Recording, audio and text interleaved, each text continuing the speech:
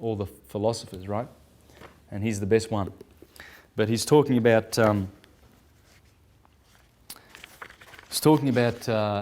Troy. Of course, you see, there are scholars who really believe and insist that Troy was physically on the historical plane.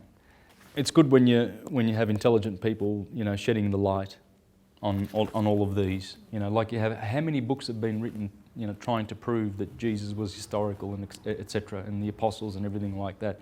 But then you get one great book that comes along, like Alvin Boyd Coon's, that one, and dismantles it with proofs.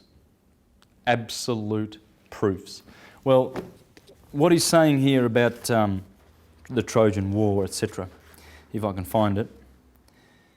I've got so many good points here. It's just beautiful the way this guy explains the myths, Oh, there it is. Of course, it's in The Wandering of Ulysses, okay? This is one of the books that he translated.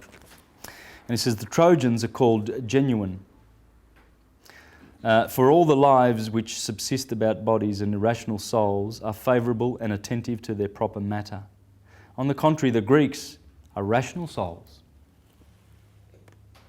coming from Greece, i.e. from the intelligible into matter. You see, so it's talking about this. The Trojan War is talking about man, and the Greeks, of course, are going to call themselves the rational ones, coming in and experiencing the experience of matter.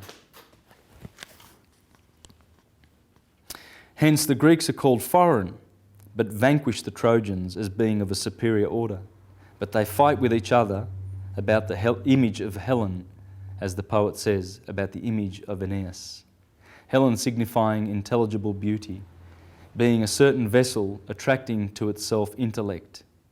An efflux, therefore, of this intelligible beauty is imparted to matter through Venus, and about this efflux of beauty the Greeks fight with the Trojans, rational with irrational lives. And those indeed that oppose and vanquish matter return to the intelligible world, which is their true country. You see, so when Ulysses spends 10 years returning to his true country, that's 10,000 years of incarnation it's talking about. That's talking about us. 10 is just, it's not 10 years literally, it's a symbolic number. According to the...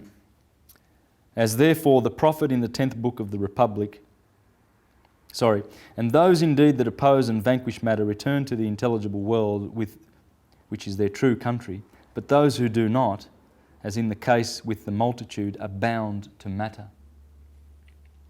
As therefore the prophet in the 10th book of the Republic, previously to the descent of souls, announces to them how they may return to their pristine felicity according to periods of 1,000 and 10,000 years.